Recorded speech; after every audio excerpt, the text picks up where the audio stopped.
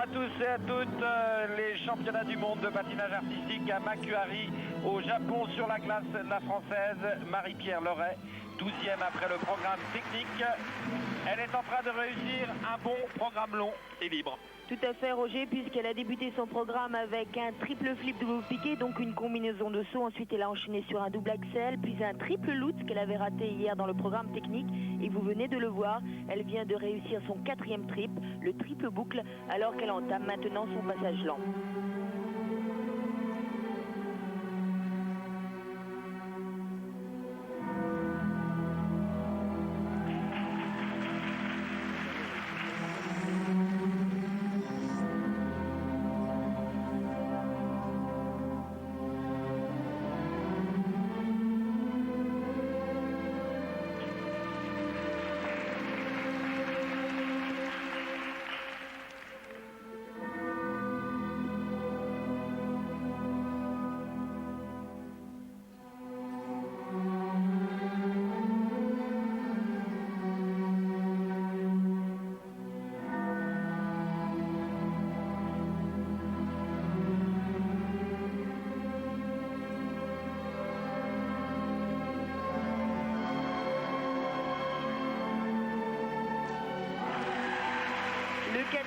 Le voici, le triple au piqué, ce n'est pas une spécialité pour Marie-Pierre Loret, tout passe bien ce soir. Pour la jeune Française, 19 ans depuis le 17 février.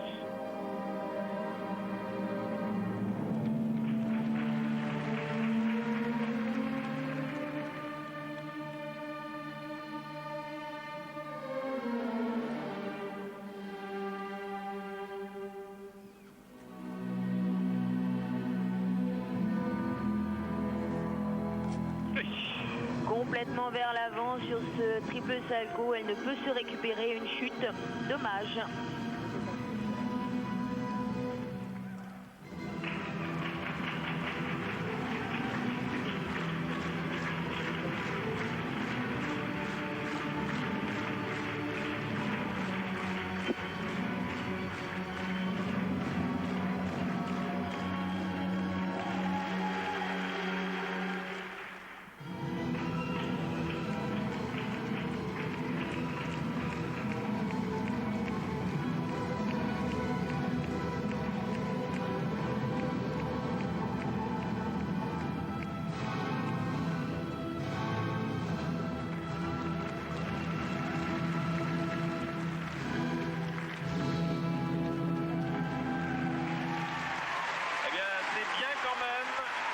Elle a rarement réussi un aussi bon programme libre dans une compétition de ce niveau, Marie-Pierre Loret, malgré cette petite faute. On a un consultant de luxe avec nous ce matin en France et ce soir ici au Japon. C'est tout simplement Philippe Candeloro. Alors Philippe, c'est bien hein, pour Marie-Pierre déjà. Ouais, super programme. Ça me fait plaisir de l'avoir réussi. Triple loop, triple flip, parce que c'est des fois qu'elle est en apprentissage depuis le début de la saison et je l'ai vu aux Jeux Olympiques, au Championnat d'Europe, elle était malheureuse de ne pas les avoir réussi. Et là, ils sont passés superbement, même triple boucle. C'est vraiment un super programme pour elle ce soir. Je crois qu'elle va être très contente, à part la petite chute sur le triple salto. Mais ça, je pense qu'elle peut pas se le regretter parce qu'en fait, tous les autres trips difficiles sont passés. Donc ça, c'est une faute mineure. Oui, c'est bien. Ça va la mettre en confiance pour l'avenir. Elle en a besoin. Anne-Sophie, on la voit embrasser, bien entendu, Annick Gaillaga, qui est ravie de la prestation de son élève. On va laisser les notes passer. Je pense que Marie-Pierre Loret va prendre la tête provisoire de ces championnats du monde. Et puis, on se retrouve après une page de publicité. À tout de suite.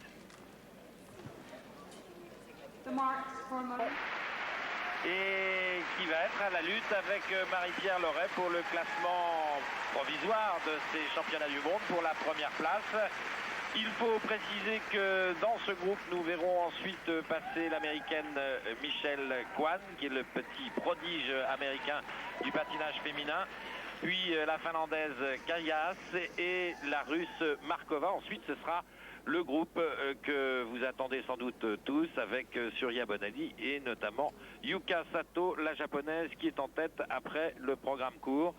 Mais nous verrons cela un petit peu plus tard. Donc Suzanne Humphreys qui est une bonne patineuse, Anne-Sophie. Tout à fait, on vient de voir au ralenti un triple flip légèrement touché avec le pied gauche à la réception, mais un programme dense, rapide, tonique. Rappelons les notes de Marie-Pierre Leray que l'on n'a malheureusement pas vues. La première note, la note technique, était entre 5,2 et 5,3 et la seconde note pour l'impression artistique était nettement supérieure puisqu'elle est montée jusqu'à 5,5. Humphreys était 10e, Marie-Pierre Leray était 12e, c'est-à-dire qu'elles sont à la lutte pour rentrer toutes les deux parmi les 10 premières mondiales. Pour le moment, sur la première note, c'est inférieur à Marie-Pierre Leray et sur la seconde, c'est aussi inférieur, c'est-à-dire que pour le moment, au classement libre, première donc est Marie-Pierre, seconde Suzanne Humphreys, mais comme il faudrait qu'il y ait une autre patineuse qui s'intercale entre les deux pour que Marie-Pierre, au classement général, remonte la canadienne. Alors Philippe, comment un patineur, vice-champion du monde, regarde les filles patiner? Est-ce que c'est impressionnant? Est-ce qu'elles ont une technique qui est égale à celle des hommes ou est-ce qu'il y a des grosses différences? Bah non, en fait, la préparation, elle s'effectue de la même façon. Hein. On est là, on attend notre passage, on fait les 6 minutes d'échauffement. Puis bon, nous, on regarde et en fait, on stresse plus que les gens qui sont sur la glace, en fait. On peut vraiment rien faire pour eux. Et nous, on est là, on attend et on attend de savoir si les sauts vont passer ou pas. Alors, la petite américaine, Michelle Kwan, 1m52, 40 kg, un petit bout de chou, mais qui a déjà un énorme talent. L'objectif est clair pour l'américaine Michelle Kwan. Elle doit impérativement se hisser parmi les 10 premières pour permettre aux États-Unis l'année prochaine d'avoir 2 patineuses américaines. Pour l'instant, Michelle Kwan n'est que 11e.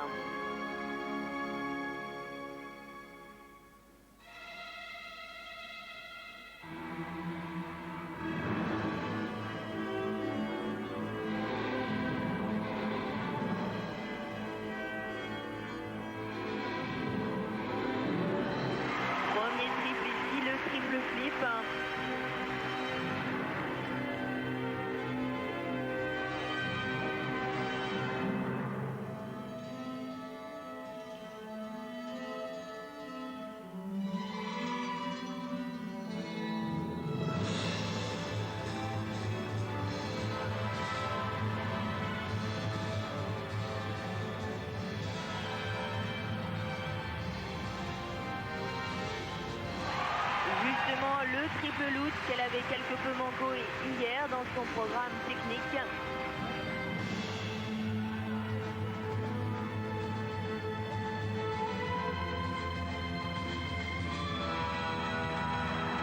Petite main.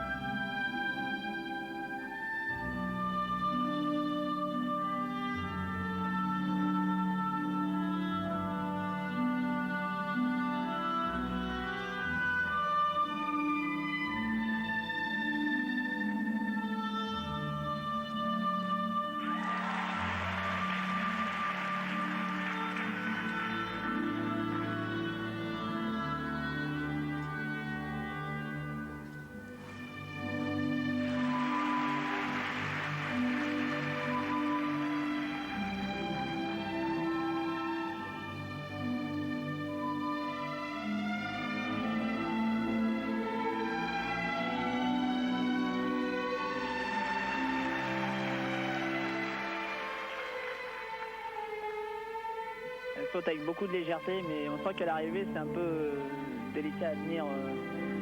C'est un petit peu hésitant à la réception, c'est encore un patinage très junior. Rappelons que Michelle Kwan était devenue championne du monde junior au mois de novembre dernier à Colorado Springs. Et on le ressent ici au cours de ce programme de 4 minutes. C'est un programme encore un peu tendre, mais truffé de difficultés techniques, puisqu'elle a déjà réalisé 5 triples sauts. J'étais en train de le lire sur mes notes. 5 triples sauts, c'est-à-dire un de plus que Marie-Pierre Leray. Elle retente ici le triple loot et le réussit. Il manque un petit quart de tour à la réception. Mais il faut le rappeler, elle n'a que 14 ans. possède déjà une technique Tout à fait fiable. extraordinaire. On est en train de faire une superbe fin de programme qui va épater tout le monde. Ce qui fait que pour les notes, ça va être bien favorisé. 7 triple sauts au total, c'est-à-dire quasiment un bagage technique identique à celui d'un garçon. Bien sûr, il manque l'amplitude, il manque un petit peu l'amplitude des sauts, mais c'est un patinage prometteur et je pense qu'elle devrait là prendre la tête de la compétition puisque son programme était quand même beaucoup plus difficile techniquement que celui de Marie-Pierre, même si la chorégraphie était presque encore inexistante, mais on lui pardonnera, elle n'a que 14 ans. Oui, je crois que les Américains ont déjà une successrice, que je ne sais pas comment on dit d'ailleurs, un successeur, Prenez pas de risque. tout désigné à Nancy Kerrigan chez les amateurs parce qu'elle est pleine d'avenir, cette jeune patineuse. C'est encore une enfant, hein, je ne sais pas, physiquement ça doit être dur, hein, Philippe. Bah, à cet âge-là, en fait, je suppose que c'est moins difficile qu'à 18 ans. Hein. Oui. Parce qu'elle est plus légère hein, et que forcément Mais elle n'a c'est moins que, lourd à soulever, comme, elle n'a que 40 ouais. kilos. pour parler délicatement. 40 kilos. C'est moins difficile. Hein. Vous disiez que vous aviez trouvé le successeur à Nancy Kerrigan, mais est-ce qu'ils vont trouver celui de Tonya Harding? Lui portez pas malheur à cette pauvre Michelle Kwan qui n'a rien fait à personne pour le moment. Voilà, on va attendre ses notes. Elle devrait normalement et logiquement prendre la première place, juste devant Marie-Pierre Loret. Elle devrait être supérieure à mon avis sur la première note, la note technique, et peut-être un petit peu inférieure sur la seconde note. Le patinage étant encore un petit peu lent, pas assez de changement de rythme, hein, à mon avis. Elle aussi porte le chapeau dans ce qu'on appelle le Kiss and Cry. Alors là, il va falloir qu'on trouve une traduction pour faire plaisir au ministre de la Culture. Alors je sais pas, L'endroit des baisers et des pleurs. l'endroit Hein. des baisers et des pleurs. Nous sommes dans les baisers et les pleurs. Voilà, des notes techniques qui sont assez en dents de scie avec un 5-0 du juge français Monique Pétis et du juge finlandais, mais ça monte assez haut du juge chinois, 5-6. Donc des notes techniques supérieures à celles de Marie-Pierre Loret et artistiquement donc c'est plus faible, notamment du juge finlandais 4-8. Et finalement elle va prendre la première place, mais c'est assez controversé au sein du jury. Le juge français ne la met que 5e et le juge finlandais 4e. Mais elle a une majorité de places de première. Mila Kayas, Finlande, 8e après le programme court. Une patineuse qui est en compétition chez les amateurs depuis 1991 au plus haut niveau. Elle aussi a fait une saison très très longue. Et donc elle est sortie beaucoup en compétition, et ce qui fait que pour les juges et pour la note de base, c'est très important pour la patineuse.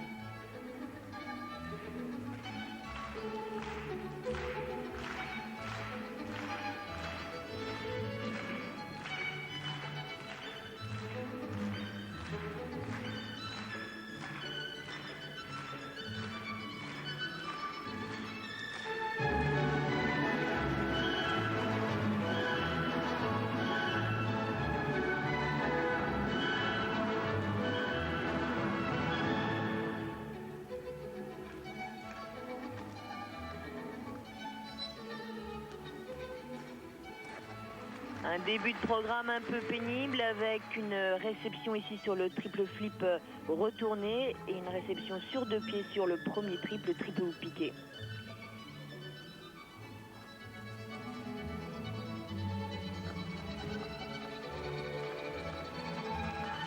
En tous les cas, c'est très très bien patiné.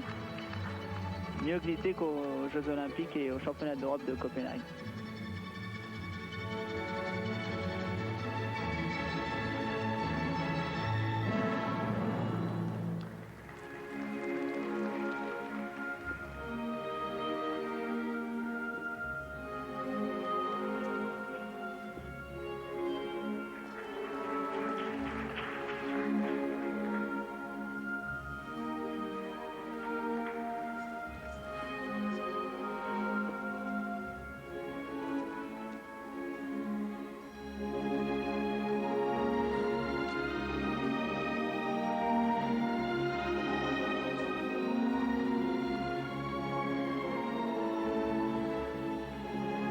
Préparation ici du troisième triple, le triple loot, c'est comme le premier triple piqué, c'est sur 2 pieds malheureusement.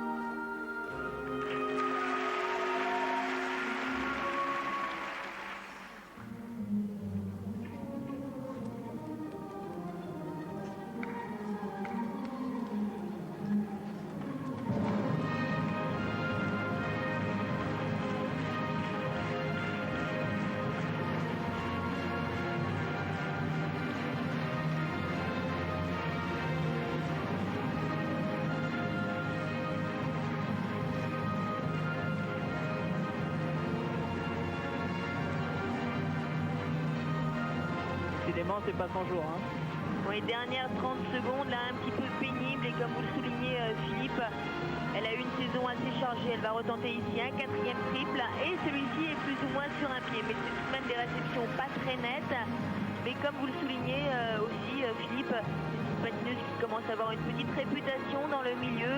Elle devrait être un petit peu soutenue par le jury, mais c'est un programme beaucoup plus léger techniquement et moins dense que celui de Marie-Pierre Leray ou que celui de Michel Coine. À mon avis, on devrait le ressentir dans les notes et dans le classement. Elle était 8e à l'issue du programme technique. Une chance peut-être pour Michel Coine, Suzanne Humphrey ou Marie-Pierre Leray de remonter sur la finlandaise.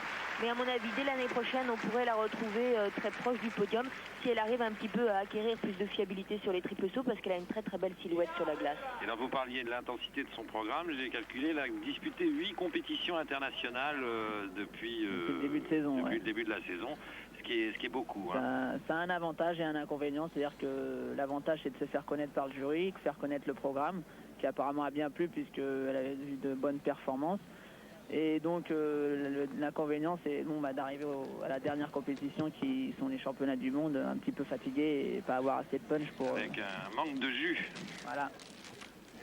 Bien, nous allons voir comment va être notée la finlandaise qui, je le rappelle, est 8e pour le moment après le programme technique.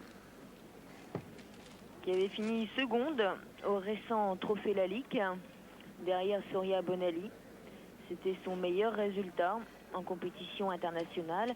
Mais la France lui réussit bien puisqu'elle avait terminé aussi 3e du Grand Prix de Saint-Gervais qui a lieu chaque mois d'août.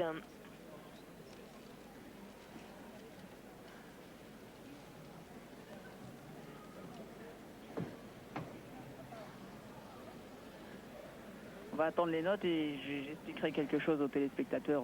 Ah, au moment des notes? Ouais, au moment des notes, si je peux prendre un peu de temps pour parler. Donc, oui, vous allez, je parle aux téléspectateurs, si vous avez un peu de temps, vous prenez un crayon, un papier, vous notez tous les drapeaux qui sont sur votre téléviseur maintenant, là, enfin dans quelques secondes. Voilà, la nationalité de chaque drapeau. Voilà. Et si vous avez remarqué tout à l'heure, ils ne sont pas de juge américain, mais vous avez vu la juge finlandaise qui a un peu défavorisé la patineuse américaine. Et si vous avez pu noter tout à l'heure, vous regardez la différence de notes entre Mila Kaja et Suzanne et Rena Inu. Non, c'est Michel Coine, pardon. L'américaine, ouais. Vous verrez qu'il n'y a pas beaucoup de différence par rapport à ce que la petite américaine a fait par rapport à Mila Kaja. Donc vous pouvez voir le travail que chaque juge effectue en fonction de son pays. D'accord. Oui, parce qu'en fait, c'est un classement par juge et non pas, on ne fait pas l'addition des notes. Ce qui est le plus important, c'est d'avoir le meilleur résultat auprès de chaque juge. C'est un classement individuel auprès de chaque juge qui en l'occurrence, représente un pays différent. C'est ça qui est important et c'est ce que je crois que vous vouliez nous faire comprendre. Voilà. Sur la glace, Olga Markova, Russie, elle est actuellement 7e. Médaillée de bronze au championnat d'Europe à Copenhague.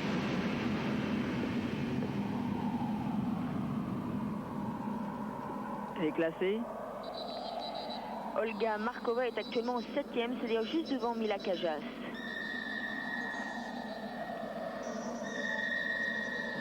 Hier, elle a fait une erreur stupide sur le double axel après avoir fait une très belle combinaison de sauts. Et là, elle débute en ne faisant qu'un double au lieu du triple lutz. Un joli programme, une belle chorégraphie de Olga Markova.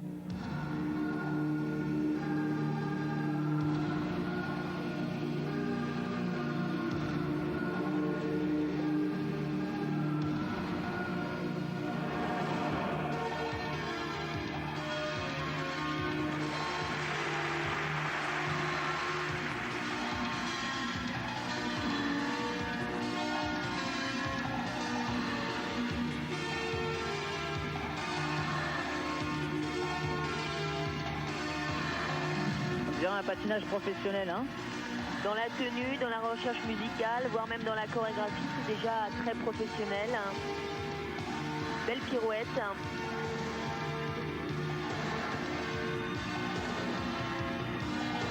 Tente ici son deuxième triple, le triple boucle, et ça passe.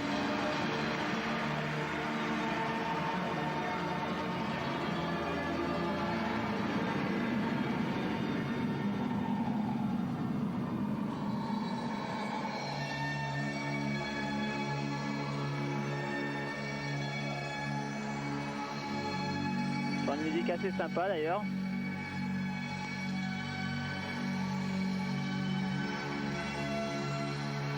Une musique qui s'appelle le Space Band. C'est signé Marnani. J'avoue que c'est une découverte. Retente ici le triple lutz. Ah, dommage.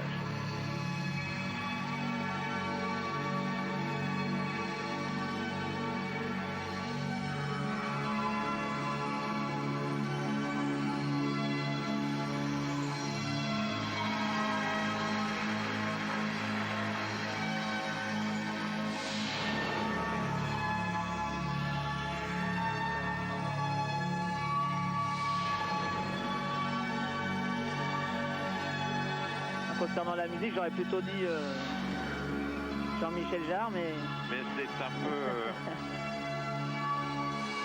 le même type de musique. Le synthétiseur.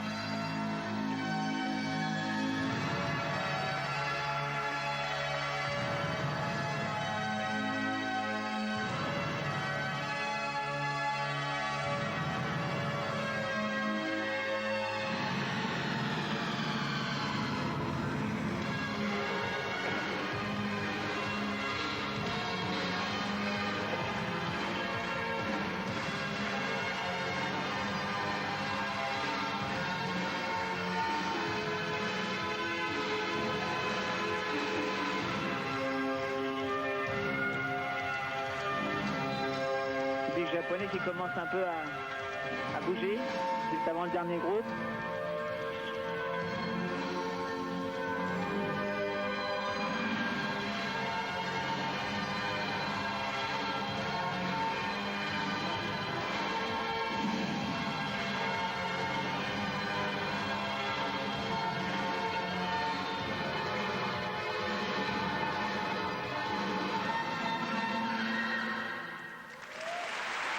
Olga Markova, Russie. Bon programme. Vous avez calculé son nombre de triple sauts, Anne-Sophie. En fait, elle n'en a réussi que 3 très proprement, c'est-à-dire triple salto double piqué, triple boucle et triple piqué double piqué. Et elle a fait plusieurs doubles à la place de triple et surtout elle est retombée sur une tentative de triple lutz. C'était néanmoins le programme artistiquement le plus dense, le plus riche, le plus original. Une chorégraphie bien léchée. Malheureusement, techniquement, il n'y avait pas assez de sauts et elle pourrait perdre un petit peu cette 7e place au profit de Michèle Coine et pourquoi pas de Marie-Pierre Leray, qui ont toutes deux très bien patiné ce soir. Dommage pour Olga Markova, médaillée de bronze à Copenhague, et qui avait une chance ici à saisir. Elle avait été absente aux Jeux Olympiques de Lillehammer puisqu'elle n'était pas qualifiée. La Russie n'avait droit qu'à une seule patineuse. Aux côtés ici de son entraîneur, Elena Vodorezova, certainement un petit peu déçue, Olga Markova. Alors qu'on annonce déjà les 6 minutes d'échauffement pour les dernières patineuses, avec entre autres bien sûr Soria Bonali. Alors on attend rapidement les notes, ou plutôt on vous donnera les notes de la Russe juste après. Ce qu'on va faire maintenant, c'est vous proposer une page de publicité pour avoir beaucoup plus de temps pour parler du groupe qui va suivre maintenant avec Surya Bonali, la japonaise, sa ponte de patinage artistique Tam, avec à l'image la concurrente la plus dangereuse pour Surya Bonali, actuellement classée deuxième, qui est la japonaise Sato. Et il faut préciser que cette compétition, et en ce qui concerne ce dernier groupe, est extrêmement serrée. Philippe, il y a du monde d'ailleurs ici dans la cabine de TF1 pour supporter Surya Bonali, puisque nous avons en dehors de Philippe Candeloro derrière nous le couple de danse médaillé d'argent, lui aussi, Pascal Lavanchy et Sophie Mognotte, qui sont venus encourager la Française. Sur la glace arrive maintenant José Chouinard, troisième après le programme court. Et pour vous, Philippe, c'est une candidate très dangereuse pour Surya Bonali. Oui, je l'ai vu patiner à Marne en début de saison, quand j'ai fait les Pro Olympiques. Et elle avait fait un très très bon programme. Et si elle fait vraiment tout ce qu'elle a à faire dans son programme, elle peut être une candidate sérieuse pour Surya et Yuka Sato.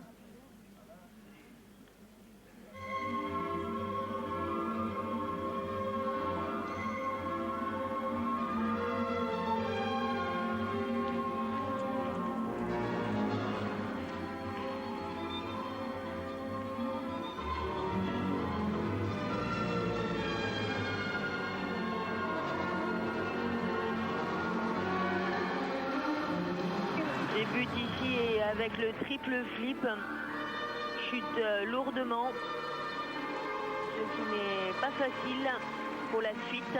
Difficile d'enchaîner quand il y a chute dès le départ. Devrait tenter tout de suite après normalement un autre triple, en l'occurrence le triple Lutz qu'elle a passé hier.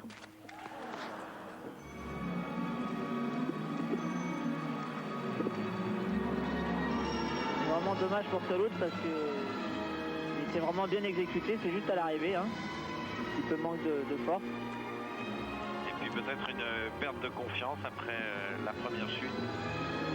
Ça y est, ça va mieux.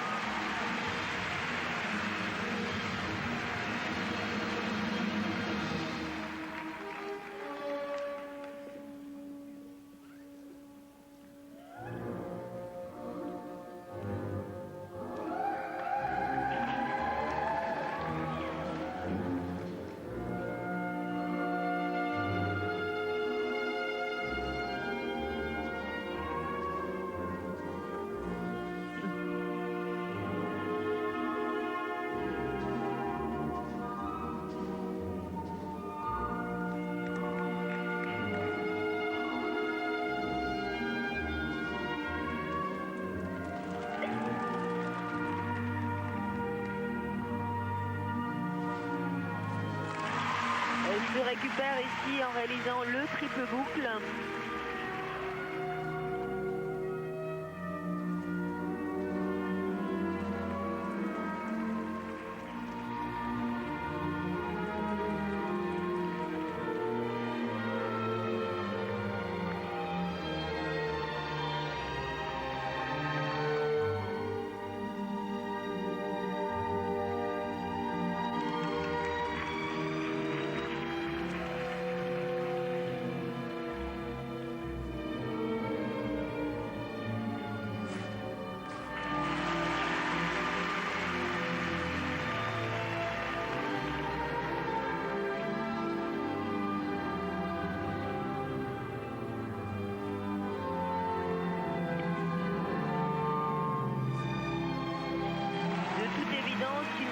deuxième partie de programme avec 3 triples sauts et ici un double axel.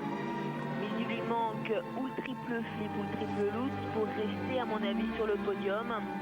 Elle va peut-être le retenter dans la dernière minute. Ce serait vraiment un triomphe ici à la patinoire de Macquarie parce que les Canadiens ont beaucoup de supporters, y compris les Américains. Peut-être le flip. Non, Plutôt le loot. C'est dommage.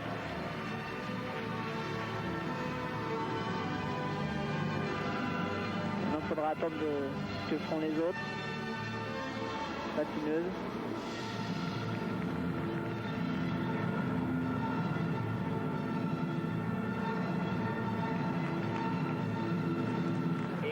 Dernière chute là pour finir ce programme, ce qui ne devrait pas arranger les affaires de José Chouinard sur le triple piqué.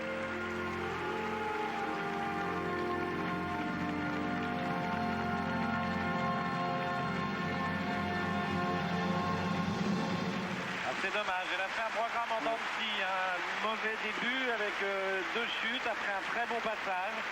Et puis malheureusement cette dernière chute due probablement à la déconcentration parce que techniquement il n'y avait pas réellement de difficulté. C'est dommage, elle obtient un beau succès, c'est une belle patineuse, elle a elle aussi une belle silhouette sur la glace, c'est agréable à voir patiner. C'est l'une des plus belles patineuses. Hein. Ah, ça c'est l'avis du patineur. Du patineur. Et de l'homme en même temps qui je pense que vous êtes de mon avis aussi. Oui, non, oui, non, mais on est assez d'accord dans l'ensemble dans ce domaine. Avec Philippe, il n'y a pas de C'est vraiment dommage pour José parce qu'en fait, à chaque fois que je la vois louper, c'est sur le programme libre et elle passe vraiment à côté du podium à chaque fois. C'est vrai qu'elle a une carrière un petit peu à la Poulidor. Elle a toujours été à l'orée du podium. Déjà aux Jeux Olympiques en 92, elle avait terminé 9e. Cette année à Lillehammer, 9e. Au Championnat du Monde en 1992, elle avait terminé 5e, c'est-à-dire vraiment dans le coup.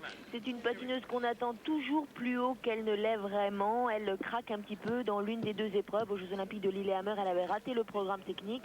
Et puis, rappelez-vous, elle avait eu le lourd handicap de patiner derrière Tonya Harding dans le libre.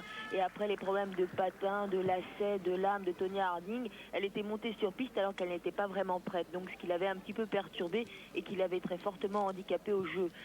Là, on pensait qu'elle pourrait décrocher une médaille de bronze au moins, mais derrière elle, elle a tout de même l'Allemande Tanja Savchenko qui va patiner juste derrière. Et pour la jeune Allemande qui n'a que 16 ans, c'est une opportunité à saisir. Elle est déçue, hein, ça se voit. Vous comprenez pourquoi on appelle ça Kiss and Cry. Parce que c'est un endroit où on rit parfois, mais où on pleure aussi. Et le juge canadien est assez sévère, 5-0 seulement. Note artistique devrait être nettement supérieure. C'est un beau programme, bien conçu, avec notamment un 5-7 du juge belge et du juge chinois. Elle est tout de même première dans cette épreuve libre, mais elle n'est pas première chez tous les juges. Elle n'est que 4e, notamment chez le juge français. Voilà donc Tanja Savchenko. Savchenko, 4e. Après le programme technique. 4e au championnat du monde junior cette année aussi. Une jeune patineuse. Qui a fini 6e aux Jeux Olympiques de Lillehammer. Patineuse très prometteuse.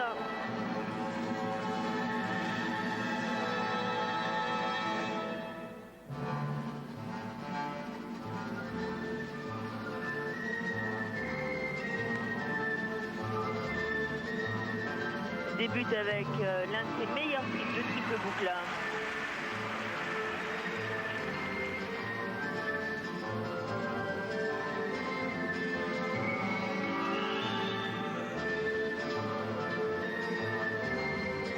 Voilà maintenant le triple loot. Toujours des réceptions évidentes de ce triple loot, mais là en l'occurrence elle est restée debout et c'est l'essentiel par rapport à José Chouinard. Je pense qu'elle est partie pour faire un bon programme. Je pense qu'elle veut accrocher cette 3e place. voire mieux. Voire mieux.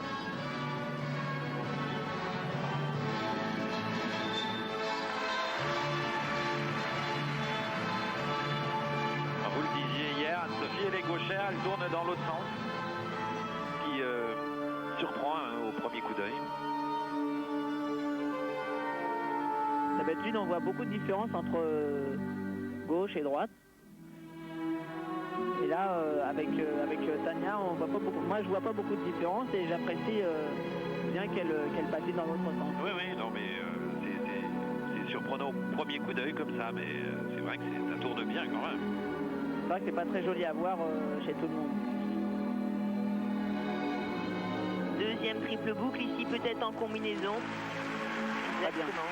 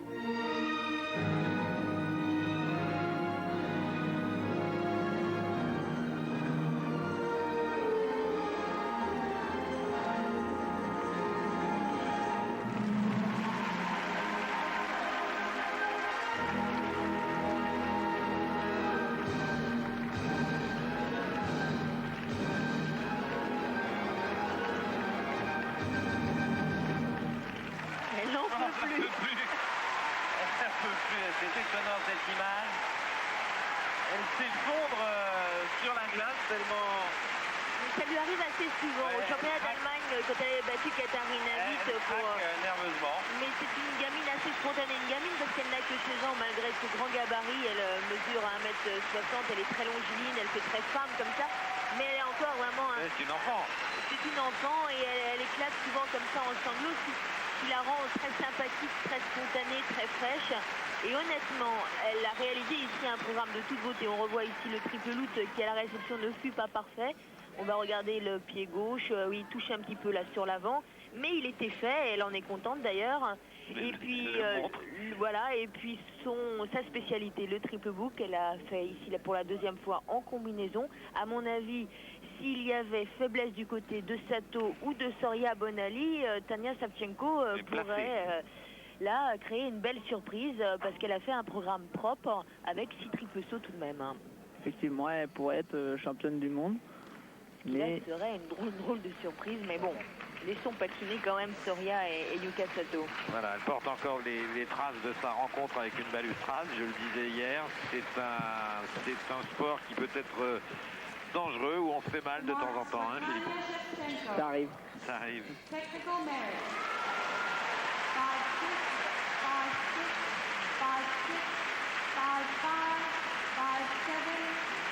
Il y a Oksana Bayoul qui pleure et qui craque parfois, mais chez elle c'est plus spontané. Hein. Oui, Bayoul est plus diva dans son comportement, alors que la petite Allemande est elle complètement spontanée et elle pleure tout simplement de bonheur d'avoir ces 6 bonnes notes.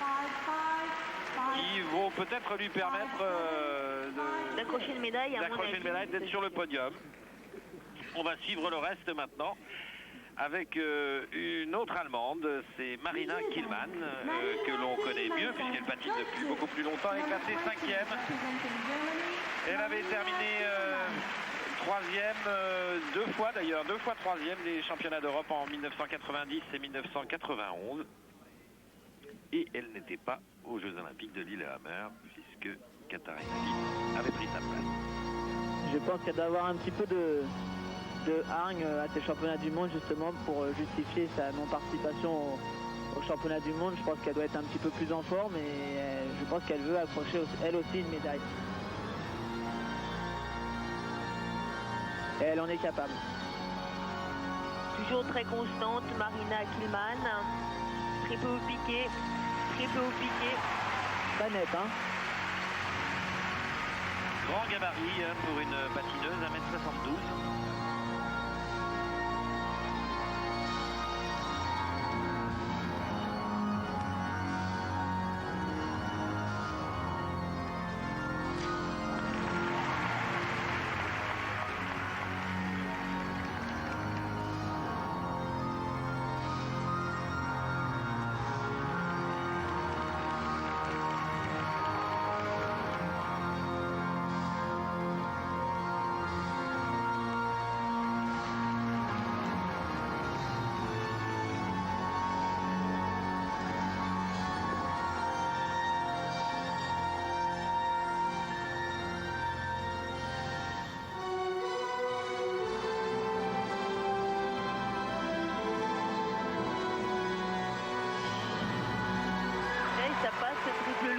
Quelque peu pris en flip, mais le juge devrait le compter en loose.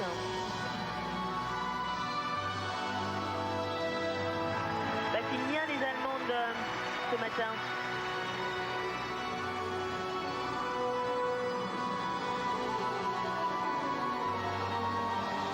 Oui, les Allemands peuvent peut-être remporter 2 médailles ici à Macquarie.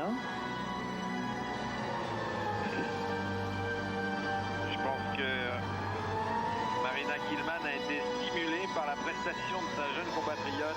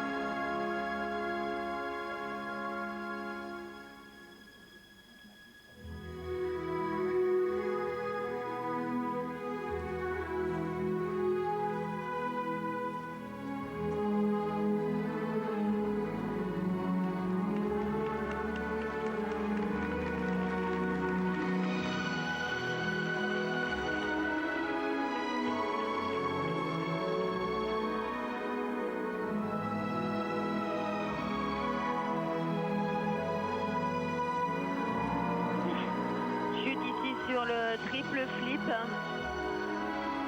Triple flip que Tania Savchenko n'avait pas réussi, n'avait pas tenté d'ailleurs. Elle retente ici et le passe. Voilà un esprit revanchard, comme le précisait Philippe. Probablement l'une de ses dernières compétitions. Elle est la plus âgée, 26 ans. Elle était déjà aux Jeux Olympiques en 1988. Ça fait 7 ans qu'elle patine au plus haut niveau. Oh, une chute stupide là. Oui. Dommage. Dommage là, parce que là, elle perd peut-être une petite médaille là, parce que du coup, ça fait quand même 2 chutes. Une première chute peut-être excusée sur le triple flip, mais une chute sur le double axel à la dernière seconde, ça laisse toujours une mauvaise impression. dommage parce que le programme était assez dense, avec un début, avec une combinaison triple-triple, triple-piqué, triple-piqué. Mais à mon avis, Tania Savchenko devrait tout de même rester devant.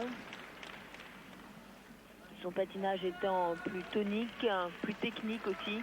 On revoit au ralenti donc cette première combinaison triple-triple. Les jeunes filles maintenant réalisent des combinaisons triple-triple que les garçons font aussi, mais ça devient assez banal chez les jeunes filles. Bah oui, il va falloir qu'on se mette au boulot, hein, et je pense que maintenant le triple axel, triple piqué doit être une banalité pour les hommes et réussir à faire des quadruples triples. Quadruple, vous passez à l'entraînement, ça? Alors ça c'est un peu délicat, j'ai sorti le quadruple piqué il y a 3 ans et depuis j'arrive pas à le refaire et à vrai dire il va ça falloir... me fait chier quoi. Bon d'accord, oui, comme ça c'est net, mais il va falloir vous y mettre, hein, parce que ça va être, je crois, indispensable maintenant. Oui, bah, ils sont toujours en chantier, hein. J'en travaille 2, je travaille quadruple boucle piqué et quadruple loot. Donc le loot c'était mieux à un moment, donc on travaille plus, mais bon il faut attendre que le rythme revienne. Alors, les notes techniques. Inférieure à Tania Savchenko. Inférieure à Savchenko et une note artistique. Oui, aussi inférieure. Également, donc Savchenko pour le moment est toujours en tête et on va se concentrer pour elle puisque sur la glace maintenant va arriver Surya Bonali. Oui. Autant de concentration qu'avec... Sous le regard d'ailleurs de Lu Chen, hein, qui a dû déclarer forfait en raison d'une fracture de fatigue à la cheville. Donc Surya Bonali, c'est maintenant, ou peut-être pas jamais, mais c'est maintenant qu'elle a vraiment l'occasion à saisir de remporter ce titre mondial. Philippe? Oui, je disais, j'espère que vous êtes tous aussi concentrés que vous l'étiez avec moi ou Pascal Lavanché et Sophie Mognotte hier soir. On croise les doigts.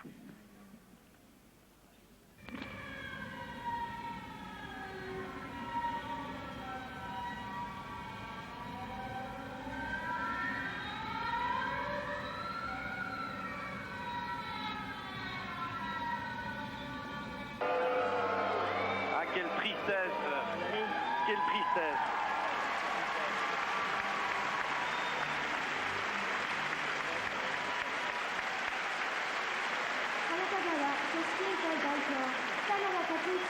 Madame Bonali est au bord de la balustrade. D'une manière ou d'une autre, de toute façon, ça fera quand même bouger le patinage qu'elle vient de faire ce soir.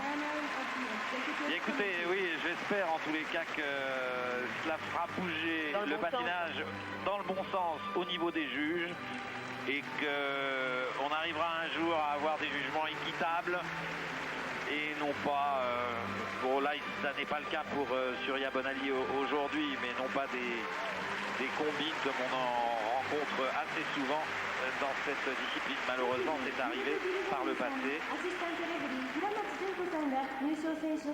Yuka Sato, elle a très bien patiné, c'est tout de même une championne du monde.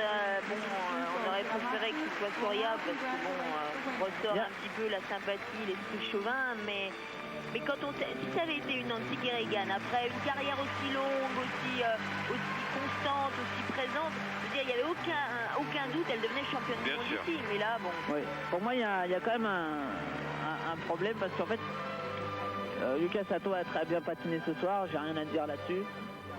Mais on est au Japon, elle a gagné. On était à Lillehammer.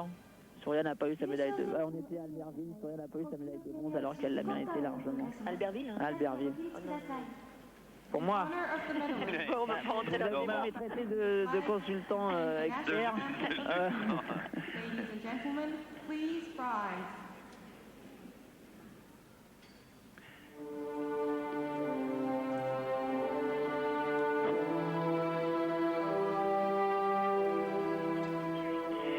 Bien, et c'est sur cette image et sur l'hymne japonais que nous allons nous quitter sur le sourire ému de Yuka Sato et sur une grosse déception de Surya Bonali. On en reparlera sans doute. Merci Philippe Candeloro pour vos commentaires. De rien. Merci Anne-Sophie et puis à très bientôt. Et